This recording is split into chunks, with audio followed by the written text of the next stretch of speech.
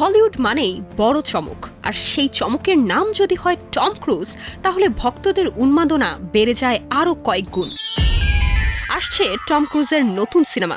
বরাবরের মতোই আবারও ভক্তদের চমকে দিতে নতুন রূপে নতুন গল্প নিয়ে ফিরছেন তিনি। নতুন সিনেমার নাম ডিগার। পরিচালনা করেছেন 4 বারের অস্কার জয়ী পরিচালক আলেহান্দ্রো গনজালেস ইনারিতু। সারা বিশ্বে সিনেমাটির মুক্তির কথা রয়েছে 2026 সালের অক্টোবর মাসে। ডিগার মূলত ব্ল্যাক কমেডি ঘরানার একটি সিনেমা। ট্যাগলাইনের মতে ভয়াবহ বিপর্যয়ের মাঝেও জন্ম নেয়া অদ্ভুত এক হাসির গল্প। এবার অ্যাকশন নয়, টম ক্রুজকে পর্দায় দেখা যাবে একেবারে আলাদা এক চরিত্রে।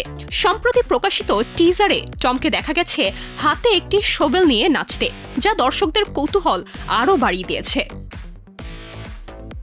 সিনেমায় টম ক্রুজ ছাড়াও অভিনয় করেছেন সান্ড্রা হুলার, জন গুডম্যান, জেসি প্লেমন্স সহ বেশ কিছু পরিচিত মুখ।